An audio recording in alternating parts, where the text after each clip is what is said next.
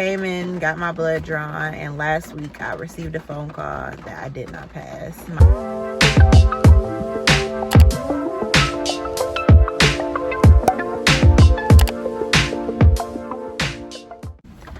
What's up, everybody? Welcome back to another episode of Pregnancy Unlocked with Marriage Madness with Rio and Cara. As you all know, or even if you don't, my Pregnancy Unlocked vlogs does not include my husband, but this is still our channel, so I do announce that still. But anyway, today is just a rough day, and I thought it would be good to do a vlog to basically just be transparent as usual. I am in my car again, outside of my doctor's office. This is not a normal appointment. Last week, 2 weeks ago, because I go to the doctor every 2 weeks now, I took my glucose test, the 1 hour glucose test where you don't have to fast, you just can't eat or drink an hour before. Follow the directions because I'm not new to this. This is my fourth pregnancy, so I did what I know to do. Came in, got my blood drawn, and last week I received a phone call that I did not pass. My glucose levels were elevated. My blood sugar levels were elevated. Apparently, the office gives you a range to be in between, because you don't have any food or anything. So between 60 and 130, and my blood was pulled at 149. So that seems quite a bit elevated, as they said. When you fail the first test, because they say it's common you can fail the first test, and you not have gestational diabetes, they move on to a more in-depth 3-hour test, where it's basically the same thing, except for they pull your blood first before you drink the drink. Then you have to drink the drink within 5 minutes. But this drink that you're drinking is double the drink that you drank on the 1 hour. And then every hour for 3 hours, they pull your blood, or take your blood. So I have already got my first blood drawn and drank my drink. I was trying to get it over with, so I didn't vlog before I got into the office. But I have nothing but time because I'm waiting in my car. They do let you wait in the inside, but they're not going to give me a room. I'll wait in the waiting room, and as many people come in and out, I would just rather be in my own space. So as I'm sitting here, I had looked up and I asked a couple of people I know that had dealt with this before, what did they do during the time, and they was like, bring a good book. So I brought a book, my computer, some work I have to do, and then I brought some snacks for right after, my last hour of drawing, so I can hurry up and eat, because I know I'm not going to be feeling good. Going from the last time I ate was last night at 8 p.m. So it's already been 12 plus hours that I haven't eaten, and I still have 3 more hours to go. I'm just not fond of this. And even though I brought a lot of stuff to occupy me, like, I really just, I don't know, I'm trying to keep myself together, but I'm just in a place, like, I'm so frustrated because with this pregnancy has been nothing normal of what I'm used to experiencing. And it's like one thing after another. One abnormal result, see a specialist, everything's fine. Another elevated result, and I'll have to retest. It's really just a lot. It's overwhelming. Not to mention, just the normal aches and pains and ickiness of being pregnant. And maybe it was me, because you just should never just have expectations before you go into something. Like I said, this is my 4th baby, so I'm like, I'm gonna get through this. It's just gonna be what it is. And I just knew I was gonna slay this pregnancy. I was gonna be doing photo shoots and all of that, because this is my last pregnancy for sure.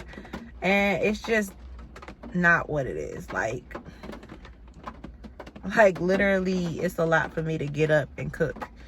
It's a lot for me to, I don't know, like, I'm trying to be as transparent as possible without working myself up, because it has been tough. But as I'm sitting here waiting, it is maybe like 20-25 minutes since I've had the drink, and my baby's kicking like no other. So she probably like, all that sugar, like, my God. I'm just sitting here and I'm just like, I don't know if it's my anxiety waiting for me to feel like off or whatever, but my stomach is just like really, really, really tight. Kind of like when you eat something that don't agree with you. It's just tight, and I feel gassy, but I'm not gassy. I just hope that I don't get faint or have to throw up, because that's the worst part of these tests. If you get faint and you have to eat or you have to drink, you have to start over. You have to do it over another day. If you throw up, you have to start over. You have to do it over another day. And that's what I'm not trying to do. Plus, I really just want to know, like, do I have it or not, and what the next step is. Because I asked the nurse, and because again, this never happened to me before, and I was like, well, what does that mean for me? Like, if I do have it, she was like, well, if you do have it, then the next step would be for you to see a dietitian at the hospital, which is a 2-hour visit. And that dietitian, they'll give you either a script, or they'll give you the equipment where you have to prick yourself 3 or 4 times a day. I think every 2 hours after you eat, if I'm not mistaken. I don't know yet because I haven't been, but just from information that I gather. And then check your blood. And not only that, but you have to be on a regulated diet, low carb, low sugar diet, if I'm not mistaken, and try to manage your numbers there. And then if you cannot manage your numbers through a diet, or if your numbers are way too high, then you have to consider insulin, like insulin shots in your stomach, some pills, maybe both. But it just really depends on your body, your numbers, and your doctor. I mean, for the health of myself and my baby, of course, if I have to do it, I will. But right now, I don't even have the mental capacity of processing having to do that. And I know many pregnant women have to do that. I commend them. But like right now, everything is just so, like, I literally want to cry, but I'm not going to. At least not right now. It's too early anyway. I got 3 more hours. But it's just a lot. Like, I just didn't expect to have to go through any of this. I can't be a resource for mothers who haven't dealt with it and are getting pregnant and want to know, because again, this is my first time. Like, in all transparency, some things you never experience, and some things you experience later on, maybe because I'm older. With this pregnancy, I did gain a lot of weight. Like, I think I started in my 130s, and my last weigh-in I was 174. And I'm not trying to be funny, but my doctor is big on weight gain. And maybe like 2 or 3 visits ago, she mentioned, like, what's going on, sunshine? You gained 10 pounds in 1 month. And I was just kind of like, brushed it off, like, I be hungry. But she was like, okay, you know, the harder, the more weight you gain, the harder it's going to be to come off. And, you know, just explaining like explaining the risks of gaining weight pretty fast like that. I know sometimes you can't help it. But in my case, if I'm being honest, like, she even asked me like what I was eating, and I did not control anything. Like, I had no control, like, diet, no control cravings. Like, whatever I wanted, I was eating. And that may have contributed. Like, this pregnancy is very different. All I craved, still crave, is juice.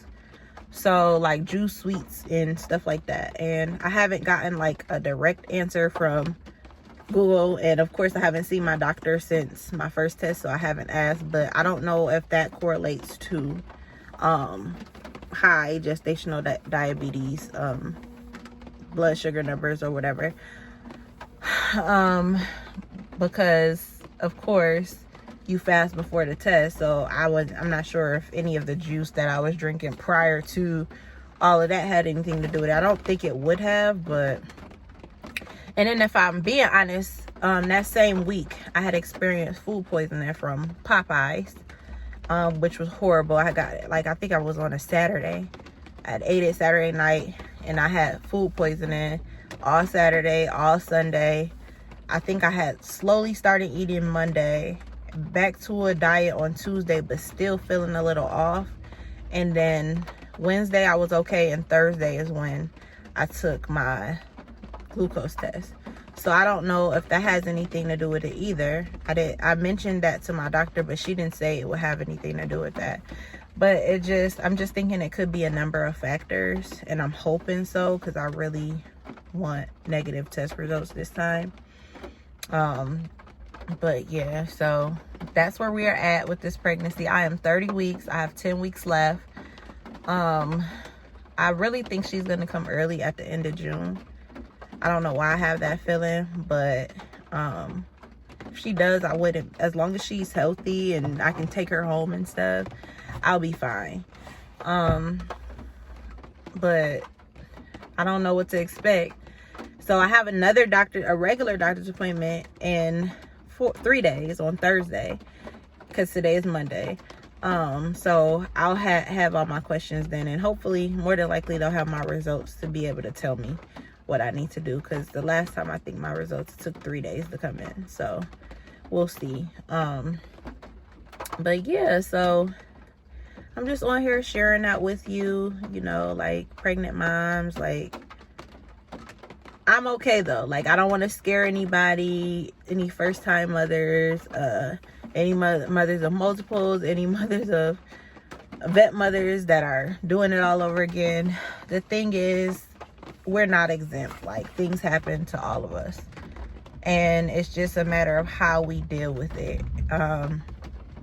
But I do think there's this stigma with being pregnant that, you know, because in certain cases, like, some moms or, you know, some women have trouble conceiving. And, you know, while that's sad and you can be sympathetic towards it, I don't think that, you know, us mothers that do deal with difficulty in pregnancy should kind of shield our difficulties or how we feel, because honestly, it's like a tug of war. Like, I'd be like, you know, this is going on and it's going on, it's a lot, but then I don't be wanting to complain, because it's like, I should be grateful to be able to conceive and have a baby, and there's plenty of women out there who want or have been through hell and back to conceive, and, you know, lost babies and everything. And you know, while I feel for them and I'm sad, I had to learn that I can't bottle my emotions and my feelings, and when I'm overwhelmed, because that's not good for me either. We all have our paths that we go through, our different circumstances in life, and one doesn't invalidate the other one. This is just my thoughts and my personal experience, which is another reason why I decided to be transparent with this vlog. And I'm gonna say it again, as I've said it before: pregnancy after 30 ain't it for me. It is a lot. Like, your body, you already get aches and pains because you're getting older. And there's just different things you have to figure out about your body, like your family genetics, things like that. And then you're adding the extreme difficulty of being pregnant for 10 months, not 9 months, 10 months. 40 weeks is 10 months. For 10 months, carrying another human life, it's a lot. Like, this baby moves a lot. She moves a lot. I think she moves more than she sleeps. And of course, that's a good thing to know, because at least she's telling me she's fine, she's alive, and all of that. But like, if I'm trying to sleep, I'm trying to get 8 hours of sleep, and she flipping and stuff, it's hard. So there's sleepless nights before the baby even comes. And then, you know, like I said, if you have a rather picky baby, like, you can't eat certain things. It's just not something that they want, and then after you eat it, now you're dealing with the consequences, whether it's nausea, whether you gotta go to the bathroom, whether you're just not feeling good, whether you gotta lay down. And that's a lot in itself. And then for me, having 3 kids on top of being pregnant is a lot. But it's nothing that I'm not getting through. It's just